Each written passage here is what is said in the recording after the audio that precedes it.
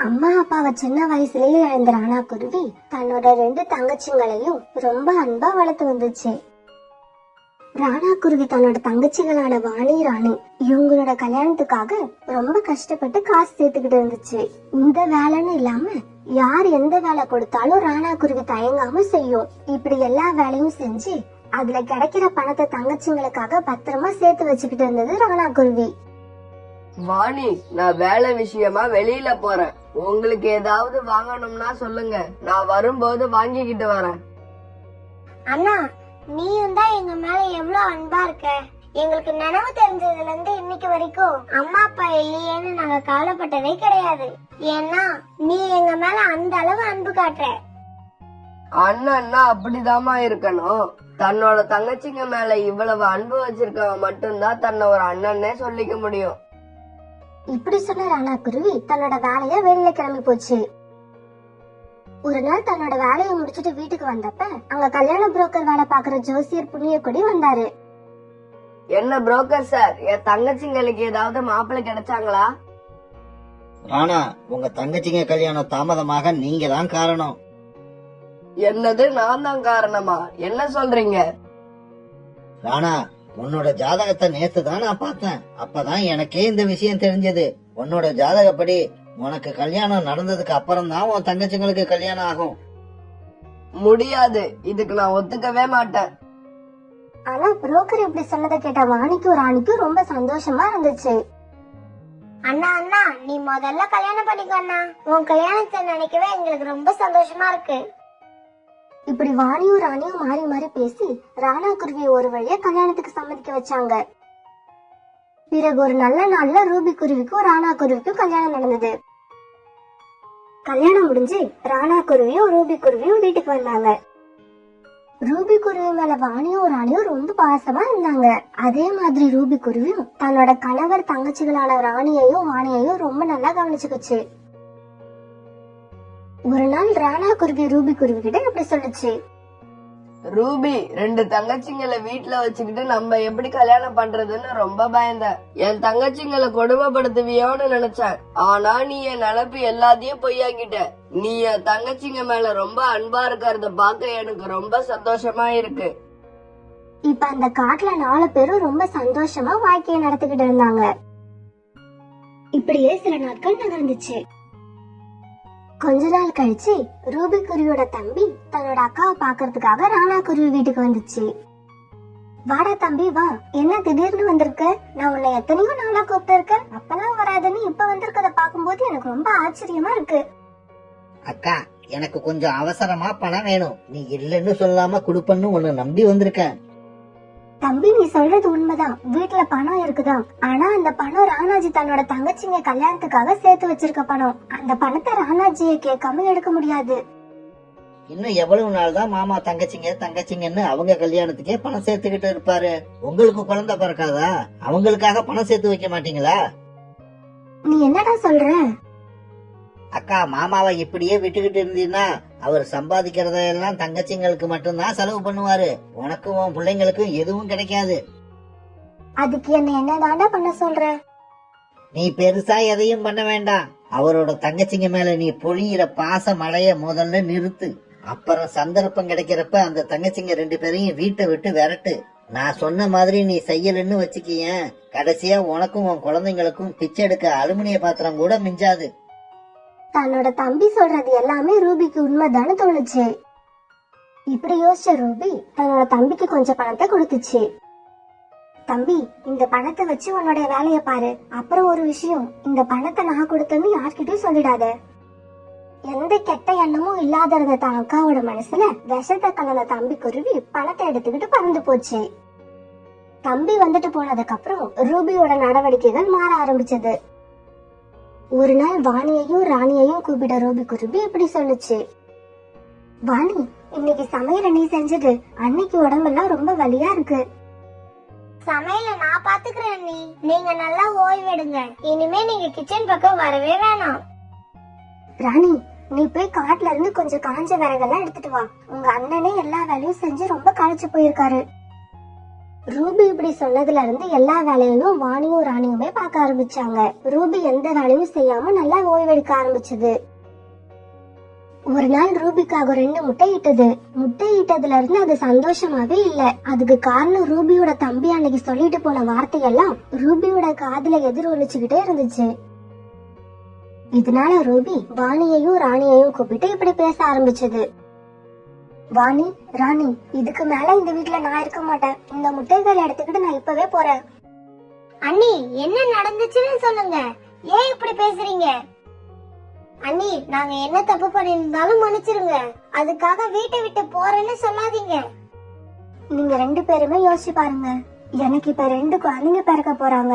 அவங்க வளர வளர எவ்வளவு செலவு ஆகுங்கிறது உங்களுக்கே தெரியும். ஆனா உங்க அண்ணன் வேற இன்னும் உங்க 2 பேருக்காகவும் உழைச்சு சம்பாரிச்சுக்கிட்டே இருக்காரு. எங்களை பத்தி நினைச்சு பார்க்க கூட அவருக்கு நேரம் இல்ல. அண்ணி, அப்படியெல்லாம் பேசாதீங்க. அண்ணன் உங்க மேல ரொம்ப அன்பு வச்சிருக்கு. நீங்க வீட்டை விட்டு போனீங்கன்னா அண்ணனால அதை தாங்கிக்கவே முடியாது. அப்படி உங்க அண்ணனை கஷ்டப்படுத்த கூடாது, சந்தோஷமா இருக்கணும்னு நீங்க நினைச்சீங்கன்னா இந்த வீட்டை விட்டு நீங்க 2 பேரும் வெளியில போகணும். இதை விட்டா வேற வழியே இல்ல. இத கேட்ட வாணி, ராணி 2 பேரும் ரொம்ப அதிர்ச்சியானாங்க. கண்ணீர் விட்டு அழுதாங்க. அண்ணி, இந்த உலகத்துல அண்ணனை விட்டா எங்களுக்கு வேற யாரையும் தெரியாது. எங்களை வெளியில போக சொன்னா நாங்க எங்க போவோம்? நீங்க இப்படி சொல்லுவீங்கன்னு தெரிஞ்சுதான் நான் என் முட்டைகளை எடுத்துக்கிட்டு வெளியில கிளம்பினேன். நீங்க உங்க அண்ணன் கூட இதே வீட்டுல சந்தோஷமா இருங்க. நானும் என் குழந்தைங்களும் எங்கேயாவது போய் பிச்சை எடுத்து பழிச்சுக்கிறோம். ரூபி இப்படி சொல்ல வேற வழி இல்லாத வாணியும் ராணியும் அழுதுகிட்டே வீட்டை விட்டு வெளியில போனாங்க. அன்னைக்கு சாயங்காலம் வேலைக்கு போன ராணாக்குருவி வீட்டுக்கு திரும்பிச்சு. ரூபி, வாணி ராணி என்னை எதிர்பார்த்து வாசல்லே காத்துக்கிட்டு இருப்பாங்களே, எங்க காணோம்? ராணாஜி, அவங்க 2 பேரையும் காலையிலே சில பொருட்கள் வாங்கறதுக்காக மார்க்கெட்டுக்கு அனுப்புனேன். ஆனா அவங்க இன்னும் வரல. நீங்க சீக்கிரம் போய் அவங்கள தேடி பாருங்க. எனக்கு ரொம்ப பயமா இருக்கு.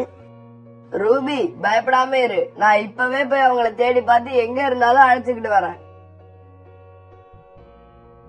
இப்படி சொல்லிட்டு பறந்து போன ராணாக்குருவி காடு பூரா தேடி பார்த்தோம். வாணியும் ராணியும் எங்கேயும் கிடைக்கவே இல்ல. இதனால மனமுடைஞ்சு போன ராணாக்குருவி தன்னோட வீட்டுக்கு திரும்பிச்சு. வீட்டுக்கு வந்த ராணாக்குருவி துக்கம் தாங்காம அழ ஆரம்பிச்சது. ரூபி, என் தங்கச்சிங்களை இந்த காடு பூரா நான் தேடி பார்த்துட்டேன். எங்கேயுமே காணோம். அவங்க எங்க போனாங்களோ, என்ன ஆனாங்களோ? ராணாஜி, அழாதீங்க. உங்களோட நல்ல மனசுக்கு உங்க தங்கச்சிங்க கஷ்டப்பட மாட்டாங்க. கடவுள் அவங்கள காப்பாத்துவாரு. வீட்டை விட்டு பறந்து வந்த வாணியும் ராணியும் எங்க போறதுன்னு தெரியாம பறந்து பறந்து ரொம்ப தூரம் வந்துட்டாங்க. இப்படி ரொம்ப தூரம் பறந்து வந்த இவங்க களைச்சு போனதாலையும் இருட்ட ஆரம்பிச்சதாலையும் ஒரு மரத்தடியில உட்கார்ந்தாங்க. இப்படி உட்கார்ந்த இவங்க அடுத்து என்ன பண்றதுன்னு தெரியாம அழ ஆரம்பிச்சாங்க. இந்த சமயத்துல அந்த பக்கமா வீட்டுக்கு போன கோரிக்காகவும் இவங்க 2 பேரையும் பார்த்துட்டு அவங்க கிட்ட போச்சு. ஏய், நீங்க 2 பேரும் யாரு? எதுக்கு இங்க வந்து உட்கார்ந்து அழுதுட்டு இருக்கீங்க? அதுவும் இந்த நேரத்துல? கோரிக்காக திடீர்னு இப்படி வந்து கேட்ட உடனே வாணியும் ராணியும் என்ன பதில் சொல்றதுனே தெரியாம தொடர்ந்து அழுதுகிட்டே இருந்தாங்க. யாரையாவது லவ் பண்ணி ஓடி வந்துட்டீங்களா? இல்ல, லவ் பண்ணவன் உங்களை ஏமாத்திட்டானா? எதுக்காக அழுவுறீங்க சொல்லுங்க. ஆண்டி, நாங்க நீங்க நினைக்கிறப்பலாம் இல்ல. இப்படி சொன்ன வாணியும் ராணியும் தங்களோட கதைய தெளிவா கோரிக்காகத்துக்கிட்ட சொன்னாங்க. அடிப்பாவி, உங்க அன்னிக்கார் இப்படியா பண்ணிட்டா? சரி சரி, வாங்க என் வீட்டுக்கு போவோம். வயசு பொண்ணா இருக்கீங்க, உங்களை இப்படியே விட்டுட்டு போகவும் மனசு வர மாட்டேங்குது. இப்படி சொன்ன கோரி வாணியாவும் ராணியாவும் அழைச்சுக்கிட்டு தான் வீட்டுக்கு போச்சு. சரி, இன்னைக்கு ராத்திரி என் வீட்டுல படுத்து தூங்குங்க. நாளை காலையில உங்க வீட்டுக்கு வந்து உங்க அன்னிக்காரிய 4 கேள்வி நறுக்குன்னு கேட்டுட்டு உங்க அண்ணன் கிட்ட நடந்ததெல்லாம் சொல்லி உங்களையும் வீட்டுல விட்டுட்டு வரேன். ஆண்டி, அப்படி செய்யக்கூடாது. நாம அப்படி செஞ்சா அண்ணி அண்ணனை விட்டுட்டு போயிடுவாங்க. நாங்க எவ்வளவு கஷ்டப்பட்டாலும் பரவாயில்ல, எங்க அண்ணன் குடும்பத்தோட சந்தோஷமா இருக்கணும். அப்படியா? சரி, நீங்க உங்க வீட்டுக்கு போறது போகாம இருக்கிறதும் உங்க இஷ்டம். நான் ஒரு சின்ன ஹோட்டல் நடத்திட்டு இருக்கேன். அங்க வந்து நீங்க 2 பேரும் வேலை செய்றீங்களா? கோரிக்காக இப்படி கேட்க வாணியும் ராணியும் ரொம்ப சந்தோஷமா ஒத்துக்கிட்டாங்க. கோரிக்காக ஹோட்டல்ல வேலை பார்த்துட்டு அது வீட்லயே தங்கிக்கவும் செஞ்சாங்க. தங்கச்சிங்க 2 பேரும் காணா போனதுல இருந்து ராணாக்குருவிக்கு உடல்நிலை சரியில்லாம போயிடுச்சு. இந்த நிலைமையில ரூபி குருவியோட முட்டையில இருந்து குழந்தைங்களும் வெளிவந்துடுச்சு. ராணாஜி எழுந்திருச்சு பாருங்க, நமக்கு ஒரு ஆண் குழந்தையும் பெண் குழந்தையும் பிறந்திருக்காங்க. இதுக்கப்புறமாவது காணாம போன தங்கச்சிங்களை மறந்துட்டு நம்ம குழந்தைங்க நினைச்சு பாருங்க. வீட்டுல எந்த மல்லிகை பொருளும் இல்ல, குழந்தைங்களுக்காகவாது கொஞ்சம் வெளியில போய் உணவு வாங்கிட்டு வாங்க. ரூபி, என்னால ஒரு பக்கம் காலையும் ரெக்கையையும் அசைக்கவே முடியல. சீக்கிரம் போய் டாக்டர் அழைச்சுக்கிட்டு வா. பிறகு ரூபி போய் டாக்டர் அழைச்சுக்கிட்டு வர, ரூபி உங்க கணவருக்கு பக்கவாதம் வந்திருக்குன்னு நினைக்கிறேன். இவரால இனிமே நடக்கவோ பறக்கவோ முடியாது. டாக்டர், இதை எப்படி சரி பண்றது? ஏதோ ஒரு விஷயத்துல இவர் மனசு ரொம்ப பாதிக்கப்பட்டிருக்கு. ஒருவேளை அது சரியானா இவரோட நோயும் சரியாவறதுக்கு சான்ஸ் இருக்கு. என்னங்க, நம்ம குழந்தைங்க பசியில கத்துதுங்க, கொஞ்சம் நம்ம குழந்தைங்கள பாத்துக்கோங்க. நான் போய் உங்களுக்கும் குழந்தைங்களுக்கும் ஏதாவது உணவு வாங்கிட்டு வரேன். இப்படி சொல்லிட்டு பறந்து போன ரூபிக்கு யாருமே உணவு கொடுக்கல. இப்படியே ரொம்ப தூரம் பறந்த ரூபி கடைசியா கோரியோட ஹோட்டலுக்கே வந்துடுச்சு. அம்மா அம்மா, என் புருஷனும் 2 குழந்தைங்களும் ரொம்ப பசியில இருக்காங்கம்மா, சாப்பிட ஏதாவது கொடுங்கம்மா. கெட்டது போ, நானே இன்னும் போனி ஆகலையேன்னு உட்கார்ந்துருக்கேன். இதுல நீ வேற பிச்சை கேட்டு வந்துட்ட. போய் அப்படி ஓரமா உட்காரு. யாராவது கஸ்டமர் வந்தா வியாபாரம் பண்ணிட்டு அப்புறம் உனக்கு பிச்சை போடுறேன். அப்ப ஹோட்டல்ல இருந்து வெளியில வந்த ராணியையும் வாணியையும் ரூபி பாத்துடுச்சு. வாணி, ராணி. ரூபி கூப்பிட்டதை கேட்ட வாணியும் ராணியும் ரூபி கிட்ட போனாங்க. அண்ணி எப்படி இருக்கீங்க? எதுக்கு இவ்வளவு தூரம் வந்திருக்கீங்க? ரூபி உடனே நடந்தது எல்லாத்தையும் அழுதுகிட்டே வாணி கிட்டயும் ராணி கிட்டயும் சொல்லுச்சு. அப்ப அங்க கோரியும் தோசையை எடுத்துட்டு வந்துச்சு. இந்தாமா, இந்த தோசை எடுத்துக்கிட்டு போ. ஆமா, நீங்க என்னடி பிச்சை எடுக்க வந்தவங்க கூட பேசிட்டு இருக்கீங்க? ஆண்டி, உங்க பிச்சைக்காரி இல்ல, இதுதான் எங்க அண்ணி. ஓஹோ, இவதான் உங்க 2 பேரையும் வீட்டை விட்டு விரட்டின அண்ணியா? தெரிஞ்சிருந்தா நான் இந்த தோசையும் கொடுத்திருக்க மாட்டேன். என்ன திட்டாதீங்க, நான் ஏற்கனவே ரொம்ப நொந்து போயிருக்கேன். மத்தவங்களுக்கு கெடுதல் செய்ய நினைச்சா ஒரு நாள் இல்ல ஒரு நாள் இப்படி நொந்து நூலாதான் போய் ஆகணும். ஆண்டி, நாங்க போய் எங்க அண்ணனை பாத்துட்டு வரோம். இருங்கடி, இன்னும் கொஞ்சம் சாப்பாடு தரேன், அதையும் எடுத்துட்டு போங்க. இங்க பாருங்கடி, அண்ணனை பார்த்த சந்தோஷத்துல வீட்லயே இருந்துடாதீங்க. நாளைக்கு வேலைக்கு வாங்க. இந்த காலத்துல யாரா இருந்தாலும் சொந்த கால்ல நின்னாதான் மதிப்பும் மரியாதையும் கிடைக்கும். வாணியையும் ராணியையும் பார்த்த அவங்க அண்ணன் ராணா குருவி அதையும் அறியாம எழுந்திருச்சு நினைச்சு. வாணி, ராணி, நீங்க 2 பேரும் நல்லா இருக்கீங்களாமா? அண்ணன் உங்களை எங்கெங்கெல்லாமோ தேடி பார்த்தோமா, நீங்க கிடைக்கல. ஆமா, இவ்வளவு நாள் எங்க இருந்தீங்க? யாருகிட்ட இருந்தீங்க? அண்ணா, வீட்டை விட்டு போன எங்களுக்கு கோரி ஆண்டி கடைகளை கொடுத்து அவங்க கடையில வேலையும் கொடுத்தாங்க. தான் கணவர் குணமானதை கண்டு ரொம்ப சந்தோஷப்பட்ட ரூபி இப்படி சொல்லுச்சு. வாணி, உங்க 2 பேரையும் வீட்டை விட்டு வேணும்னே நான் தான் வெளியில அனுப்புனேன். அது பெரிய தப்புன்னு இப்ப உணர்ந்துட்டேன். என்ன மன்னிச்சிருங்க. இப்படி தான் வீட்லயே மறுபடியும் வந்து சேர்ந்த வாணியும் ராணியும் கோரிக்காக கடையில வேலை பார்த்துக்கிட்டு ரொம்ப சந்தோஷமா இருந்தாங்க.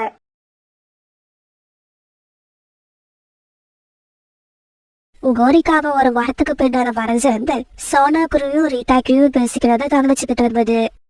சோனா குருவியும் ரீட்டாக்கிலையும் ஒரு கூடையில அவங்களுக்கு கிடைச்ச தானியங்களும் சேர்த்து வச்சிருந்தாங்க. ரீட்டா, நமக்கு இன்னைக்கு தேவைக்கு அதிகமாவே தானியங்கள் கிடைச்சிருக்கு. ஆனா இன்னைக்கு நான் உணவு தேட கிளம்புறப்ப என் பையன் குக்கு இனிப்பான பழங்கள் வேணும்னு கேட்டான்.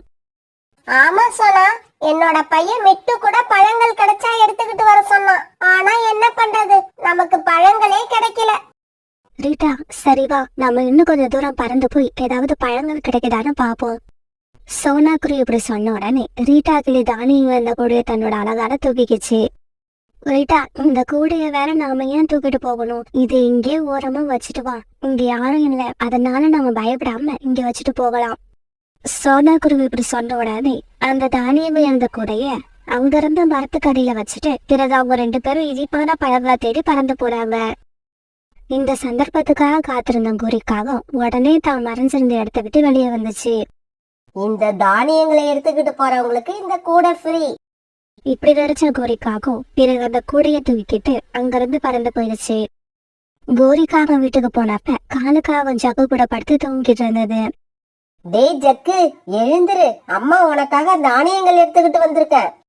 கோரியோட சத்தத்தை கேட்டு காலுக்காக ஜக்கு 2 பேருமே எந்திரிச்சிட்டாங்க. கோரி, தானியங்களை சாப்பிடறதுக்கு ஜக்குவை மட்டும் எழுப்புற, என்ன மறந்துட்டியா? எனக்கும் கொஞ்சம் தானியங்கள் கொடு. காலுஜி கொஞ்சம் வெயிட் பண்ணுங்க, நானும் என்னோட பையனும் சாப்பிட்டு மீதி இருந்தா உங்களுக்கு தரோம். இந்த சமயத்துல பழங்களை தேடி போன சோனா குருவிக்கும் ரீட்டா கிளிக்கும் ஒரு நதி ஓரத்துல கொஞ்சம் பழங்கள் கிடைச்சது. சோனா, நம்ம வேலை சீக்கிரமா முடிஞ்சிடுச்சு. இன்னைக்கு தானியங்களும் கிடைச்சிருக்கு, பழங்களும் கிடைச்சிருக்கு. அந்த பழங்களை எடுத்துக்கிட்ட சோனா குருவியும் ரீட்டா கிளியும் பிறகு தானியங்கள் இந்த கூடையை வச்சுட்டு போன இடத்துக்கு வந்தாங்க. இப்படி வந்த இவங்க 2 பேரும் அவங்க வச்சுட்டு போன இடத்துல கூடை இல்லாத பார்த்துட்டு அதிர்ச்சி ஆனாங்க. ரீட்டா கிளி அழவே ஆரம்பிச்சிருச்சு. எவ்வளவு கஷ்டப்பட்டு தானியங்களை எடுத்து வச்சோம், அவ்வளவும் போயிடுச்சு. தானியங்கள் போனா கூட பரவாயில்ல, எங்க அம்மா காலத்துல இருந்து நான் வச்சிருந்த கூடையும் அது கூட சேர்ந்து போயிடுச்சு. இந்த காட்டுல இதுக்கு முன்னாடி இப்படி எல்லாம் திருட்டு நடந்ததே இல்ல. இது எனக்கு ரொம்ப ஆச்சரியமா இருக்கு. ரீட்டா அழாத, என் கூட வா, எங்க வீட்டுல கொஞ்சம் தானியங்கள் இருக்கு, அதை நான் உனக்கு தரேன். பிறகு சோனா குருவும் ரீட்டா கிளியும் தங்களுடைய வீடுகளுக்கு பறந்து போனாங்க. அம்மா அம்மா, எனக்கு இன்னைக்கு தக்காளி சாப்பிடணும் போல ஆசையா இருக்கு, அதனால எனக்கு தக்காளி எடுத்துக்கிட்டு வாங்க.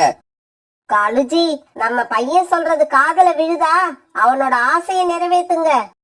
இங்க பாருடா ஜக்கு, உழைச்சி சாப்பிடுறவங்க தான் அவங்க விருப்பப்பட்டதை சாப்பிட முடியும். நாம திருடி சாப்பிடுறவங்க, அதனால திருட போன இடத்துல என்ன கிடைக்குதோ அதை சாப்பிட்டுட்டு திருப்தி அடைஞ்சுக்கணும்.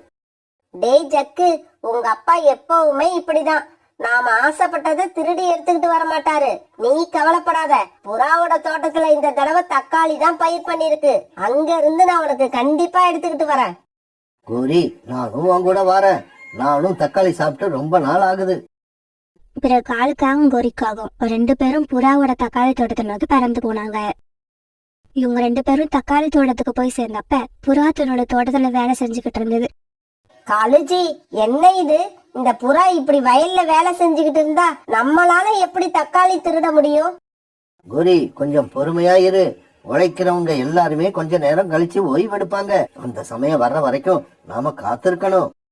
இப்படி ரொம்ப நேரம் தன்னோட தோட்டத்துல வேலை செஞ்ச புறா பிறகு ஒரு மரத்தடிக்கு வந்துச்சு.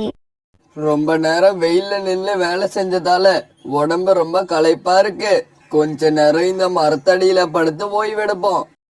இப்படி அந்த மரத்தடியில படுத்த புறா கொஞ்ச நேரத்துல எல்லாம் தூங்க ஆரம்பிச்சிருச்சு. காலுஜி, நீங்க உழைக்கலன்னா கூட உழைக்கிறவங்கள பத்தி சரியா தெரிஞ்சு வச்சிருக்கீங்க. நீங்க சொன்ன மாதிரியே புறா படுத்து தூங்குது. இங்க பாரு கோரி, நீ புறா கண் விழிக்குதா இல்லையான்னு பாத்துக்க. நான் போய் தக்காளிய திருடிட்டு வந்துடுறேன்.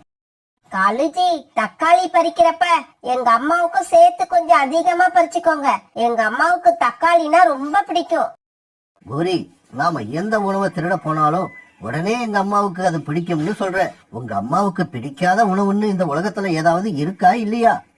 இப்படி சொன்ன காலுக்காக தோட்டத்துக்கு போய் அங்கிருந்து தக்காளிகளை பறிச்சு ஒரு கூடையில போட்டுக்கிச்சு.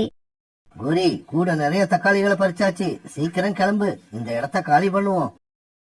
பிறகு அந்த தக்காளி கூடைய தூக்கிட்டு காலுக்காகவும் கொரிக்காகவும் தங்களோட வீட்டுக்கு போனாங்க. அதான் தன்னோட தோட்டத்துல நடந்த எதை பத்தியும் தெரியாத புறா அந்த மரத்தடிய படுத்து தூங்கிட்டு இருந்தது. பிறகு ரொம்ப நேரம் கழிச்சு கழுகக்கா புறாவை பார்க்க அந்த தோட்டத்துக்கு வந்துச்சு.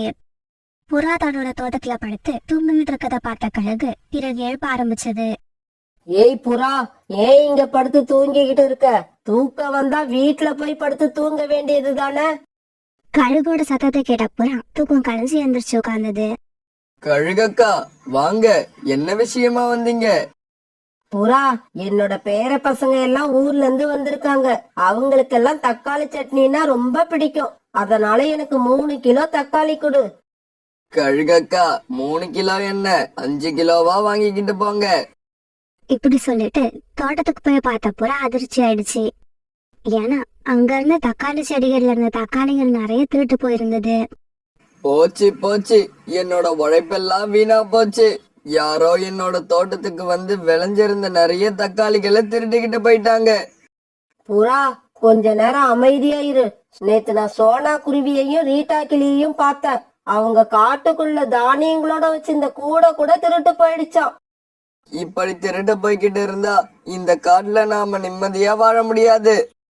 இங்க பாரு புறா, நீ ஏன் கவலைப்படுற? நாம எல்லாம் ஒன்னா சேர்ந்து இந்த காட்டுல உள்ள அந்த திருட்டு பறவைய கையும் களவுமா பிடிப்போம். கவலைப்படாத. பிறகு கழுகக்கா புறாவை கூப்பிட்டுக்கிட்டு சோனா குருவிய பார்க்க போச்சு. இங்க பாரு சோனா, அந்த திருட்டு பறவைய நான் பிடிக்கிறதுக்கான நேரம் வந்துடுச்சு. இதுக்கு அப்புறமும் பொறுமையா இருந்தா நாம நிறைய இழப்புகளை சந்திக்க வேண்டி வரும். இங்க பாருங்க கழுகக்கா, பொதுவா ராத்திரியே தான் திருடர்கள் வருவாங்க. அப்படி வந்தாங்கன்னா நம்ம அவங்கள கண் வச்சு கையும் களவுமா பிடிச்சிடலாம். ஆனா இந்த திருடங்க பகல் நேரத்திலேயே வந்து திருடிட்டு போறாங்க. எப்ப வராங்கன்னு தெரியல, எப்படி போறாங்கன்னு தெரியல. எல்லாமே மர்மமா இருக்கு. இங்க பாருங்க, புறாவோட தோட்டத்துல இருந்து தக்காளி பழங்களை திருடிட்டு போன அந்த திருடங்க கண்டிப்பா மறுபடியும் அங்க திருட வருவாங்க. சாப்பிடுமா, சாப்பிடு. வயிறு நிறையிற வரைக்கும் சாப்பிடு. இது பத்தலன்னா இன்னும் கேளு, நிறைய எடுத்துக்கிட்டு வரேன். கோரி, இதே மாதிரி எனக்கு தக்காளி தினமும் கிடைச்சா ஒவ்வொரு நாளும் நான் ஜூஸ் போட்டு குடிப்பேன். இந்த வெயில் காலத்துக்கு அது ரொம்ப நல்லது. அம்மா கவலைப்படாதீங்க, எங்க காட்டுல உள்ள புறா வயல்ல வேலை பார்த்துட்டு நல்லா படுத்து தூங்கும். அந்த சமயத்துல நாங்க ரொம்ப ஈஸியா தக்காளி எடுத்துக்கிட்டு வந்துருவோம். இங்க பாருடி, நீங்க எடுத்துக்கிட்டு வந்தா கொஞ்சம் தான் எடுத்துக்கிட்டு வருவீங்க. இந்த தடவை நான், உன்னோட அண்ணன் எல்லாரும் வரோம். நாமெல்லாம் ஒன்னா போய் அந்த புறாவோட தோட்டத்தை காலி பண்ணிட்டு வந்துருவோம். அம்மா, உங்களுக்கு இப்படி ஒரு ஆசை இருந்தா அத நான் தடுக்க மாட்டேன். நாளைக்கு நீங்களும் தம்பியும் கிளம்பி எங்க வீட்டுக்கு வந்துருங்க. நான் உங்களை எதிர்பார்த்துக்கிட்டே இருப்பேன். மறுநாள் மத்தியானமா வீட்டை விட்டு வெளியில வந்த கோரி வாசல்லே உட்கார்ந்து இருந்தது. கோரி, என்ன இங்கேயே உட்காந்துகிட்டு இருக்க? சீக்கிரமா கிளம்பு. புறா அதோட வேலையை முடிச்சிட்டு இந்நேரம் தூங்க ஆரம்பிச்சிருக்கும். இந்த சமயத்துல கோரிக்காகத்தோட அம்மாவும் தம்பியும் அங்க வந்து சேர்ந்தாங்க. அம்மா, என்னம்மா இவ்வளவு லேட் பண்ணிட்ட? உங்களுக்காக நான் எவ்வளவு நேரம் காத்திருக்கிறது. கோரிக்காகத்தோட அம்மாவும் தம்பியும் புறாவோட தோட்டத்துக்கு வரது தெரிஞ்ச காலுக்காகத்துக்கு பயம் வந்துருச்சு. ஐயையோ, இந்த கூட்டத்து கூட திருட போனா நமக்கு தர்ம அடி கண்டிப்பா உண்டு. அதை யாராலையும் தடுக்க முடியாது. எப்படியாவது இந்த கூட்டத்துல இருந்து நாம எஸ்கேப் ஆகணும். கோரி, எனக்கு என்னவோ திடீர்னு வயிறு சரியில்லை, ரொம்ப வலிக்கிற மாதிரி இருக்கு. அதனால நீ என்ன பண்ற, அத்தையையும் மச்சானையும் அழைச்சுக்கிட்டு போய் தக்காளிகளை எடுத்துக்கிட்டு வந்துரு. நான் வீட்டுல போய் படுத்திருக்கேன். காலுஜி, என் அம்மாவையும் என் தம்பியும் பார்த்தா உங்களுக்கு எப்படி இருக்கு? நீங்க எதனால இப்படி பண்றீங்கன்னு எனக்கு நல்லா தெரியும். மரியாதையா இப்ப எங்க கூட வந்துருங்க, இல்லன்னா எனக்கு கெட்ட கோபம் வரும். கோரி இப்படி கோவமா சொன்னதும் வேற வழியில அந்த காலுக்காகும் அவங்க கூட சேர்ந்து புறாவோட தோட்டத்துக்கு பறந்து போச்சு. கழுகக்கா, அங்க பாருங்க, காங்களோட கூட்டம் ஒண்ணு பறந்து வருது. ஆமா ஆமா, ஒருவேளை இவங்க கூட திருடி இருந்தாலும் இருக்கலாம். இப்படி சொன்ன கழுகக்கா பிறகு புறாவை பார்த்து இப்படி சொல்லுச்சு. புறா, நீ சீக்கிரமா கண்ணை மூடிட்டு தூங்குறாப்புல நடி, என்ன நடக்குதுன்னு பாப்போம். கழுகக்கா சொன்னதை கேட்ட புறாவும் பிறகு மரத்துல சாஞ்சி தூங்குற மாதிரி நடிக்க ஆரம்பிச்சது. பிறகு வந்த எல்லா காங்களும் புறாவோட தக்காளி தோட்டத்துல வந்து உட்கார்ந்தாங்க. இத பார்த்த கழுகக்கா கீழே கிடந்த கம்ப தன்னுடைய ரெக்கையால எடுத்துக்கிட்டாங்க. மாப்பிள, அந்த புறா வருதான்னு கொஞ்சம் கவனமா பாத்துக்கோங்க. ஏன்னா இந்த வயசான காலத்துல என்னால அடி வாங்க முடியாது. அது இப்ப தெரிஞ்சு என்ன புண்ணியம்? திருடு வர்றதுக்கு முன்னாடியே அதை பத்தி யோசிச்சிருக்கணும். எனக்கு என்னவோ இன்னைக்கு அடி வாங்காம இந்த இடத்த விட்டு போக மாட்டோம்னு நினைக்கிறேன். மாமா, ஏன் இப்படி அவசகுணமா பேசுறீங்க? நாம நல்லதையே நினைப்போம், நல்லதே நடக்கும். மச்சான், நீனும் உங்க அம்மாவும் என்னைக்கு யாருக்கு நல்லது நினைச்சிருக்கீங்க, இன்னைக்கு நினைக்க போறீங்க? இங்க பாருங்க, எதுக்காக வெட்டித்தனமா பேசிக்கிட்டு இருக்கீங்க? சீக்கிரமா ஆளுக்கு கொஞ்சம் தக்காளியை சாப்பிடுங்க. சாப்பிட்டு முடிச்சிட்டு போறப்ப இந்த கூடையில வேற எடுத்துக்கிட்டு போகணும். இப்படி பேசிக்கிட்ட இவங்க எல்லாரும் பிறகு தக்காளிய சாப்பிட ஆரம்பிச்சாங்க. இத பார்த்த புறா, கழுகக்கா, சோனாக்குருவி இந்த 3 பேரும் கம்ப எடுத்துட்டு வேக வேகமா காங்கல் கிட்ட பறந்து போனாங்க. இப்படி வந்த இவங்க 3 பேரும் காங்களை சுத்தி உட்காந்துக்கிட்டாங்க. பறவைகளே, தயவு செய்து என்ன மட்டும் அடிக்காதீங்க. என்னோட வயசுக்கு மதிப்பு கொடுத்து என்ன விட்டுடுங்க. இல்ல, அப்படி இல்ல. இருக்கிற கூட்டத்திலேயே நான் தான் சின்ன பையன். சின்னவங்க தவறு பண்ணனா அத மன்னிக்கிறது பெரியவங்களோட கடமை இல்லையா? அதனால என்ன மன்னிச்சிடுங்க. இங்க பாருங்க காகங்களே, இந்த புறாவோட கோர்ட்டுல யாரு தப்பு செஞ்சாலும் தப்பு தப்பு தான். சின்ன குழந்தைங்க, வயதான பெரியவங்கன்னு யாருக்குமே மன்னிப்பு கிடையாது. பிறகு புறா, சோனாக்குருவி, கழுகக்கா இவங்க 3 பேரும் சேர்ந்து அந்த காங்கல் 4 பேரையும் அடி அடி நடிக்க ஆரம்பிச்சாங்க.